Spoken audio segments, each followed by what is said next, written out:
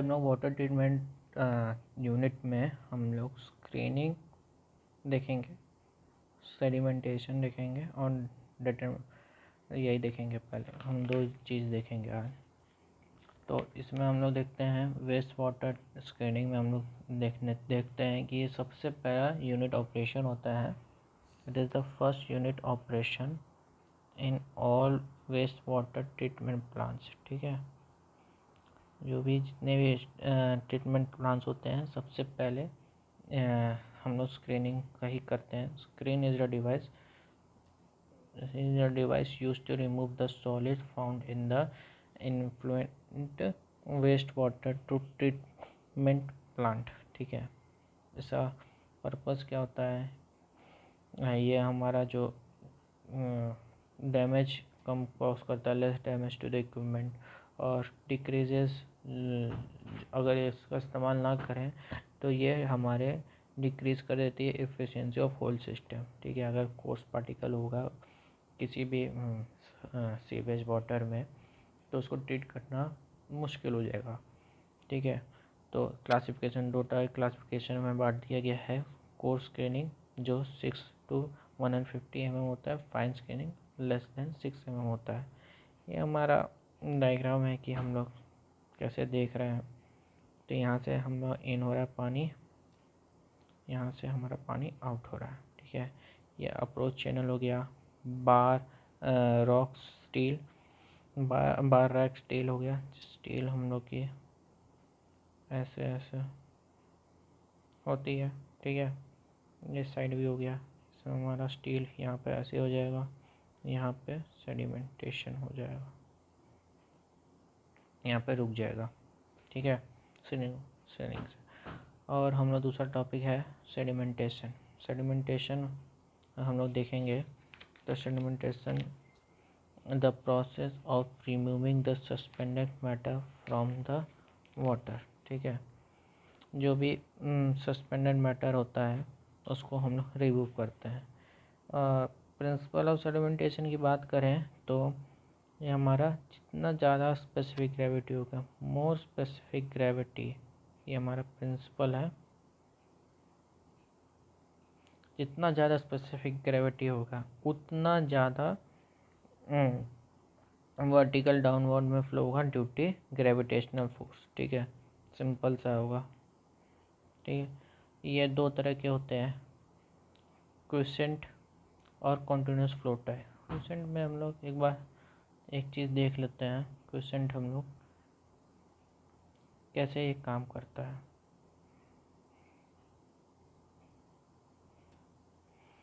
तो क्विसेंट हमारा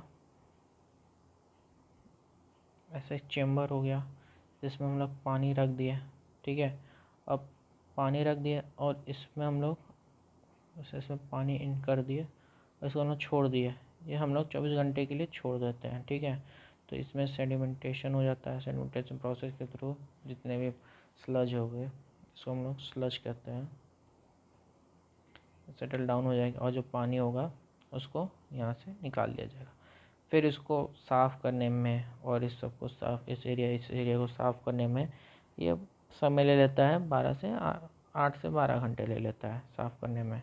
ठीक है, क्लींजिंग प्रोसेस में तो ये थोड़ा ज़्यादा हेवी प्रोसेस है। फिर इस बैच ये जब ये ख़त्म होगा फिर इसको तैयार किया जाएगा नया, फिर इसमें नया सिरे से पानी डलेगा, फिर इसको पानी निकाल जाएगा। तो ये बार बार होता है, तो ये बहुत ज़्यादा टाइम टेकिंग प्रोसेस है। ठीक है, और इसमें दूसरा होता है कंटिन्यूस फ्लो टाइम। इसमें चलता रहता है प्रोसेस, रुकता नहीं है, तो इसमें थोड़ा कम लगता है। तो इसमें horizontal flow type, vertical flow type होता है।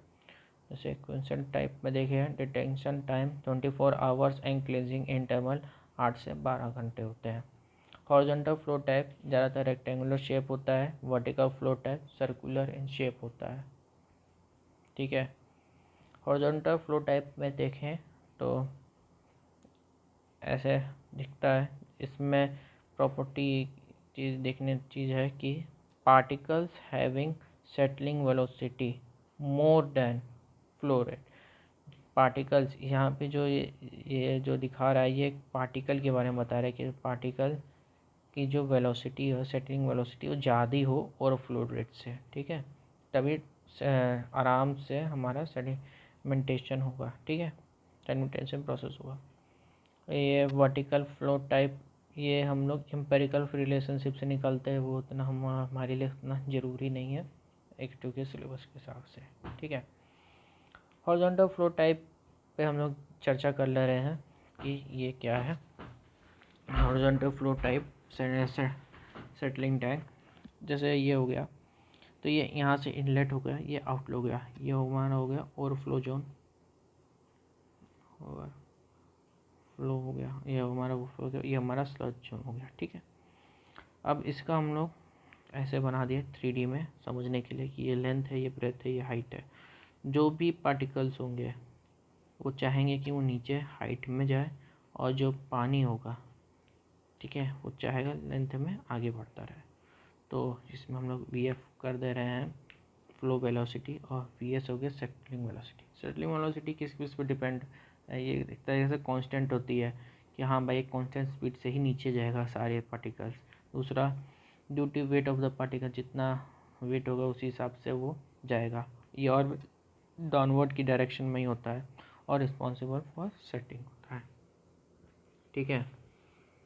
अब इसकी हम लोग बात कर ले रहे हैं factor affecting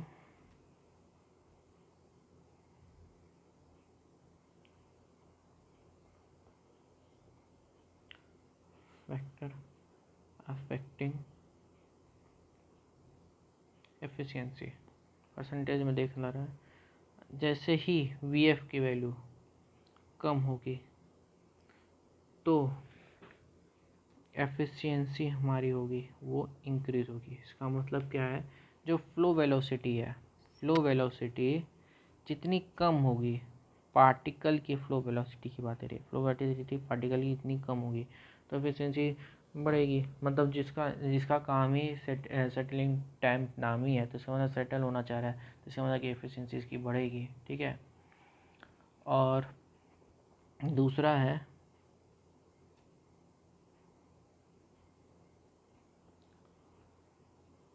size of particles को डी से डी मोड को जितना ज़्यादा बड़ी साइज ऑफ पार्टिकल उतना ज़्यादा एफिशिएंसी ज़्यादा होगी। जितना बड़ा पार्टिकल होगा तो आराम से वो सेटल होगा, ठीक है। इसमें खोखले की बात नहीं कर रहा हूँ मैं, खोखली नहीं है, भरी हुई की बात कर रहा हूँ। अगर ये तीसरी व्यवस्था देखा जाए, ये आप जिस पर नॉलेज जान लीजिए कि जैसे वेलोसिटी ऑफ सीवेज, जैसे विस्कोसिटी ऑफ सीवेज, विस्कोसिटी हम लोग बढ़ा रहे हैं, ठीक है, विस्कोसिटी हम लोग बढ़ा रहे हैं, तो जो हमारी एफिशिएंसी है वो क्या होगी, वो बढ़नी चाहिए कि नहीं।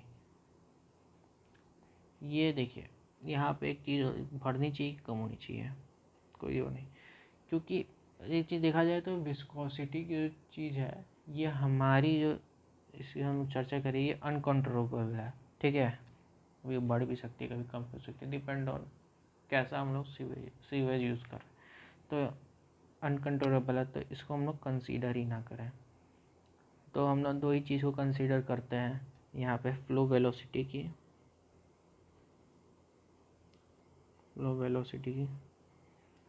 कंसीडर कर रहे हैं, और size of the particle consider कर रहे हैं। अब सेडिमेंटेशन टैंक के हम लोग डिज़ाइन डेटा के बारे में बात करते हैं, ठीक है। तो इसका कंडीशन क्या है, कंडीशन ये है कि जो ट्रैवल टाइम है, इसको हम लोग T से डिनोट कर दे रहे हैं, वो greater than equal to setting time, ठीक है।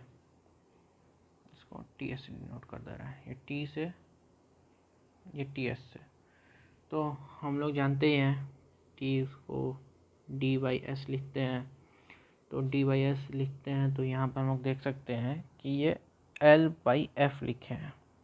L/F कैसे, आप इस डायग्राम को समझिए, ये L डायरेक्शन में बढ़ रहा है, ठीक है, और जो ये है हमारी सेटिंग टाइम में ट्रेवल टाइम हम लोग हमारी एल डायरेक्शन में बढ़ रही है, और जो हमारी जो सेटिंग वेलोसिटी है, सेटिंग टाइम है, वो हमारी एच के डायरेक्शन में बढ़ रही है। ठीक है, एच के, क्योंकि सेटिंग डाउन हो रहा है वो, तो बट ऑब्वियस वो एच की डायरेक्शन में ही बढ़ेगी। तो यहाँ से हम रिलेशन देख रहे हैं डी बाई एस का। तो यहाँ पर हम लोग देख सकते हैं डी को एल लिख दिया गया है, एस को हम लोग वी एफ लिख दिए हैं, ये एच बाई डी एस। तो हम लोग वी एफ के टर्म में निकाल लिए हैं, क्यू बाई पी एच हो गया। अब इसको हम वैल्यू पुट कर दे रहे हैं, इस वैल्यू को इसमें पुट कर दे रहे हैं, तो हमारा ये वैल्यू मिल गई। अब इसको हम लोग चेंज करके L B H L into B H लिख दे रहे हैं। इसको हम लोग हटा के ठीक से लिख दे, एल बी एच लिख दे रहे हैं। अब L B H greater than equal to ये हो गया। अब यहाँ से हम लोग बी एच निकाल दे रहे हैं, ये भी क्यू बाई बी एल आ रहा है। अब दोनों की ये रिलेशन हमारा यहाँ से आ रहा है। ठीक है, इस रिलेशन को देखें तो हम लोग सॉल्व करने पे वी एस आ रहा है। तो वी एस से हम लोग क्या समझ रहे हैं, जो ओवरफ्लो रेट है वो discharge per unit plan area आ रहा है। डिस्चार्ज पर यूनिट मतलब ये discharge per unit plain area आ रहा है। तो यहाँ से हम लोग एक चीज़ देख रहे हैं, जो क्रॉस सेक्शनल एरिया है वो बी एच है, और सरफेस एरिया है वो हमारा बी एल है। क्रॉस सेक्शनल एरिया और सरफेस एरिया क्या है, ये हमारा क्रॉस सेक्शनल एरिया हो गया,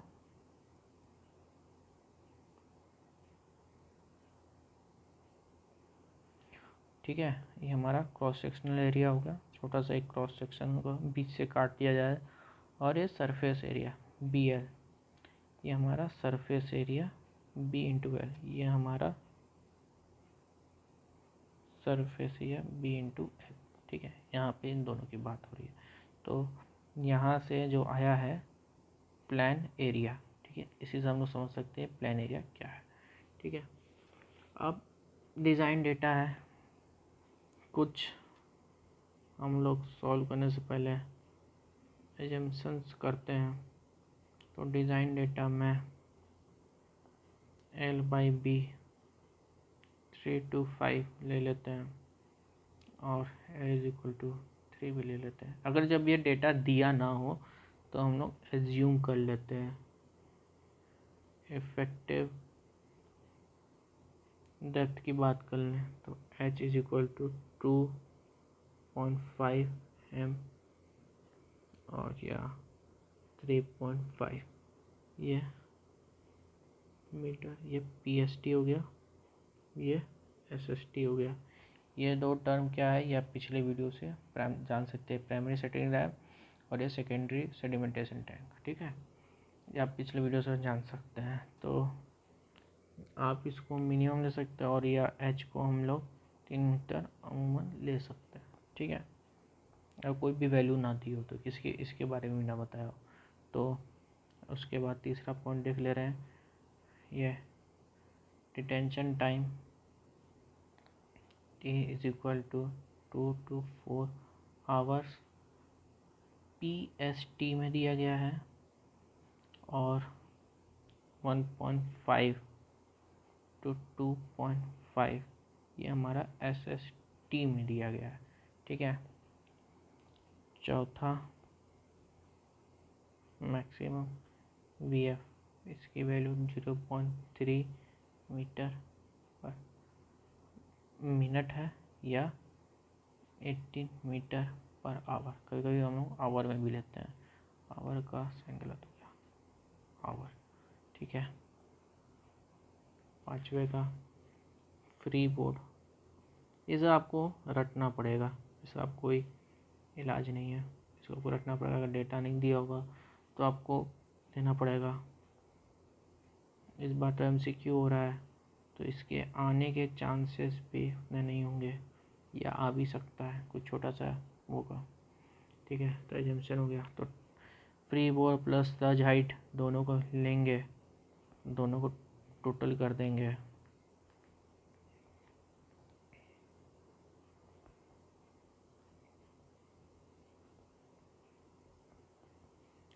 H plus F B plus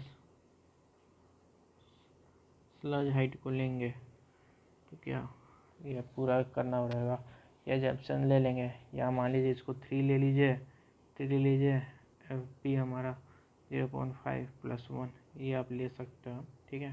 अगर कोई ना कोई वैल्यू दी गई होगी, नहीं दी होगी तो ऐसे भी आप ले सकते हैं। छठवां पॉइंट है maximum length 100 metre, maximum breadth हमारा होगा 30 मीटर और 7.V0 is equal to Q/VL। ये इसका ओवरफ्लो रेट है, और ओवरफ्लो रेट हमारा 12,000 से 18,000 L/D मीटर स्क्वायर पे होगा, या इसको मीटर में कन्वर्ट कर देते हैं, डिपेंड करता है कि कैसा क्वेश्चन दिया है। तो इसकी वैल्यू ऐसी आ गई, ठीक है। अब इस पे एक क्वेश्चन हम लोग देखेंगे, साथ साथ स्टेप्स कैसे करना वो भी देखेंगे, वो अगली वीडियो में। Thank you.